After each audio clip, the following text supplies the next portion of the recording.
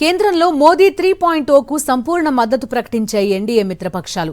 నరేంద్ర మోదీ నాయకత్వంలో ముందుకు వెళ్తామని ప్రతిజ్ఞ చేశాయి. ఢిల్లీలోని పాత పార్లమెంట్ భవనం సంసద్ సదన్లో భేటీ అయ్యారు ఎన్డీఏ ఎంపీలు. మోదీని ఎన్డీఏ పక్ష నేతగా ఏకగ్రీవంగా ఎన్నుకున్నారు. భేటీలో టీడీపీ అధ్యక్షుడు చంద్రబాబు, జనసేన అధినేత పవన్ కళ్యాణ్ పాల్గొన్నారు. 240 మంది బీజేపీ ఎంపీలతో పాటు TDP, JDU, JDS, Shiv Sena, Lok Janshakti Ramvilas, NCP, Janasena, Apna Dal సహా ఇతర మిత్రపక్షాల ఎంపీలు, ఎన్డీఏ పార్టీల ముఖ్యమంత్రులు, డిప్యూటీ సీఎంలు సమావేశానికి హాజరయ్యారు. మోదీ నాయకత్వాన్ని సమర్థిస్తూ ఏకగ్రీవ తీర్మానం చేశారు. రాత్రి 7 గంటలకు రాష్ట్రపతి ద్రౌపది ముర్మును కలవనున్నారు ఎన్డీఏ నేతలు. టీడీపీ అధ్యక్షుడు చంద్రబాబు నాయుడు, బీహార్ సీఎం నితీష్ కుమార్ సహా పలువురు అగ్రనేతలతో కలిసి రాష్ట్రపతితో సమావేశమవుతారు మోదీ. ఎన్డీఏకు మద్దతిస్తున్న ఎంపీల జాబితాను, మద్దతు లేఖలను సమర్పిస్తారు. తన నేతృత్వంలో కొత్త ప్రభుత్వ ఏర్పాటుకు అవకాశం ఇవ్వాలని కోరతారు. ఎన్డీఏకు సంపూర్ణ మెజారిటీ ఉన్న నేపథ్యంలో ఆయన్ను సర్కారు ఏర్పాటు కోసం రాష్ట్రపతి ఆహ్వానించడం లాంఛనమే. జూన్ 9న భారత ప్రధానమంత్రి వరుసగా మూడోసారి ప్రమాణం చేయనున్నారు మోదీ. కర్తవ్య పథ్ వేదికగా జరిగే ఈ కార్యక్రమానికి ఇప్పటికే ఏర్పాట్లు మొదలయ్యాయి. అటు బీజేపీ అగ్రనేత భారతరత్న ఎల్కే అడ్వాణీని కలిశారు ప్రధాని నరేంద్ర మోదీ. కేంద్రంలో వరుసగా మూడోసారి ప్రభుత్వ ఏర్పాటుకు సిద్ధమైన నేపథ్యంలో రాజకీయ కురువృద్ధుని ఆశీర్వాదాలు స్వీకరించారు. అలాగే బీజేపీ సీనియర్ నేత మురళీ మనోహర్ జోషిని కలిసి ఆశీర్వాదం తీసుకున్నారు మోదీ. తన ప్రమాణ స్వీకారోత్సవానికి అడ్వాణీ, జోషిలను ఆహ్వానించారు. ఆదివారం ప్రధానిగా మోదీ ప్రమాణం చేయబోతున్నారు. అదేవిధంగా ఎన్డీఏ పక్షాల భేటీ కూడా ఈ రోజు జరిగింది. ఆ భేటీ కూడా మనం చూసాం. ఢిల్లీ డెవలప్మెంట్స్ కి సంబంధించి పూర్తి అప్డేట్స్ అందిస్తారు మా కరెస్పాండెంట్ వెంకటేష్ మనతో జాయిన్ అవుతున్నారు. వెంకటేష్, చెప్పండి, అద్వానీ, మురళీ మనోహర్ జోషి ఇద్దరిని ప్రధాని నరేంద్ర మోదీ కలిసిన దృశ్యాలు చూస్తున్నాం. ఎన్డీఏ పక్షాల భేటీ కూడా ఈ రోజు చూసాం. ఇంకా ప్రభుత్వ ఏర్పాటు లాంఛనమే అని చెప్తున్నారు. ఇక నెక్స్ట్ పోర్ట్ఫోలియోలు ఎవరికి కేటాయిస్తారు, ఎన్డీఏ పక్షాలకు ఎటువంటి మంత్రిత్వ శాఖలు వస్తాయి, ఇలాంటి చర్చ ప్రధానంగా జరుగుతోంది. ఎన్డీఏ ప్రభుత్వ ఏర్పాటులో ఒక కీలక అంకం ముగిసింది. మొన్న ఎన్డీఏ భాగస్వామ్య పార్టీల నేతలందరూ కలిసి ఎన్డీఏ పక్ష నేతగా నరేంద్ర మోడీని ఎన్నుకోగా ఈరోజు జరిగినటువంటి సమావేశంలో ఎంపీలంతా కలిసి నరేంద్ర మోడీని తమ నాయకుడిగా ఎన్నుకున్నారు. ఆ నేపథ్యంలో ఈరోజు లాంఛనంగా ఆయన నరేంద్ర మోడీని తమ నాయకుడిగా ఎన్నుకున్నట్లు పార్లమెంట్ సెంట్రల్ హాల్లో జరిగినటువంటి సమావేశంలో నాయకులందరూ కూడా లాంఛనంగా నిర్ణయం తీసుకున్నటువంటి పరిస్థితి. సెంట్రల్ హాల్లో జరిగినటువంటి సమావేశానికి బీజేపీ ఎంపీ ఆదిలాబాద్ నుంచి గెలిచిన నగేష్ కూడా హాజరయ్యారు. నరేంద్ర మోడీ మూడోసారి ప్రధాని కాబోతున్నారు. ఎట్లా అనిపిస్తుంది సెంట్రల్ హాల్ సమావేశానికి హాజరయ్యారు కదా?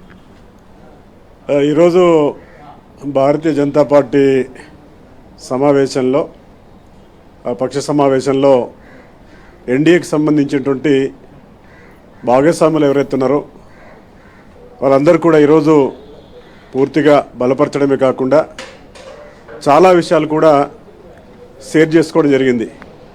మనందరి లక్ష్యం ఒకటే, భారతదేశాన్ని సమగ్రమైనటువంటి అభివృద్ధిలో మనం తీసుకెళ్దాం.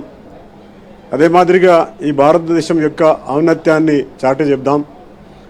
ఆర్థికంగా ఇప్పటికే 5వ స్థానంలో ఉన్నటువంటి దేశాన్ని 3వ స్థానానికి తీసుకెళ్ళడానికి అన్ని రాష్ట్రాలతో, అన్ని పక్షాలతో కలిసి పనిచేస్తామని చెప్పేసి అందరు కూడా మాట్లాడుకోవడం, వారి యొక్క సందేశాల్లో చెప్పడం నిజంగా మా అందరికి కూడా ఒక స్ఫూర్తిదాయకం. ఎందుకంటే మా క్షేత్రంలో ఉన్నటువంటి అనేక సమస్యల్ని పరిష్కరించే దిశగా మాకు కూడా చాలా ఆనందంగా కలిగింది. కాబట్టి ఎందుకంటే ఒక మంచి వాతావరణంలో అన్ని పక్షాలు కూడా ఈరోజు ప్రతి ఒక్క గౌరవ పార్లమెంట్ సభ్యులందరూ కూడా ఎంతో హర్షాన్ని, ఆమోదాన్ని వ్యక్తం చేసుకోవడం జరిగింది. ఈ 5 భాగస్వామ్య పార్టీలు కూడా మీకు అన్కండిషనల్ సపోర్ట్ చేసినట్టు మనకు కనబడుతుంది.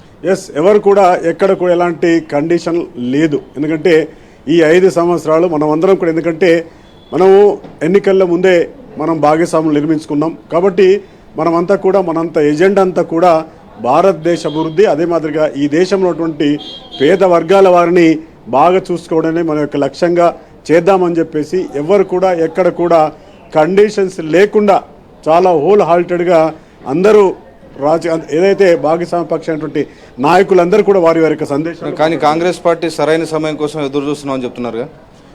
ఈ వాళ్ళ యొక్క, ఎందుకంటే వాళ్ళ కళలుగా ఉండిపోతాయి. ఎందుకంటే వాళ్ళ యొక్క దాంట్లో చూస్తే ఏ పార్టీలు ఏ విధంగా మాట్లాడుతున్నారో, ఉదయం ఒకటి మాట్లాడతారు, సాయంత్రం ఒకటి మాట్లాడతారు, సాయంత్రం ఎప్పుడో తెల్లారి ఎప్పుడో వాళ్ళకు, ఎందుకంటే వాళ్ళకు ఒక క్లారిటీ లేదు, ఒక యునైటీ లేదు.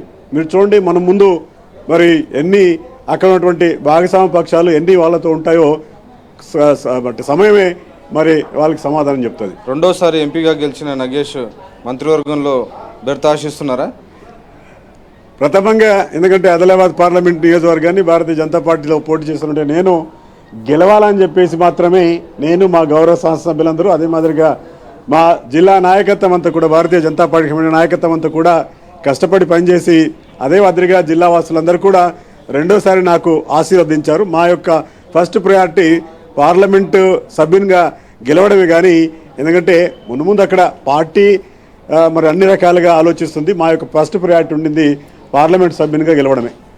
సో ఇది నగేష్ మొన్నటిదాకా బీఆర్ఎస్లో ఉన్నారు, ఇప్పుడు ఆయన తిరిగి బీజేపీలో టికెట్ తెచ్చుకొని గెలిచారు. సో మొత్తానికి రెండోసారి ఎంపీగా గెలిచారు, గిరిజన నియోజకవర్గం నుంచి గెలిచారు కాబట్టి ఆయన ఆశిస్తున్నారు తన నియోజకవర్గం అభివృద్ధి తన ప్రయారిటీ అని. సో చూడాల్సినటువంటి అవసరం ఉంది. సో మొత్తానికి కాంగ్రెస్ పార్టీ కలలుగానే మిగిలిపోతాయి. ఖచ్చితంగా 5 ఏళ్ల పాటు ఈ ప్రభుత్వం సుస్థిరంగా ఉంటుందనేటువంటి ఒక సందేశాన్ని నరేంద్ర మోడీ ఈరోజు దాదాపు గంటన్నర పాటు చాలా సుదీర్ఘమైనటువంటి ప్రసంగం చేశారు. గత 10 ఏళ్లలో ఆయన ప్రభుత్వం చేసినటువంటి అభివృద్ధి, రాబోయే 5 ఏళ్లలో ఏం చేయబోతున్నా అనేటువంటి ఒక విషయానికి సంబంధించి చాలా క్లియర్గా, చాలా డీటెయిల్డ్గా మాట్లాడినటువంటి పరిస్థితి. అలాగే 5 ఏళ్ల పాటు ప్రభుత్వం సుస్థిరంగా నడుపుతాను, సంకీర్ణ ప్రభుత్వం అయినప్పటికీ సుస్థిరంగా ఉంటుంది అనేటువంటి విషయాన్ని కూడా స్పష్టం చేశారు. Okay Venkatesh, thank you.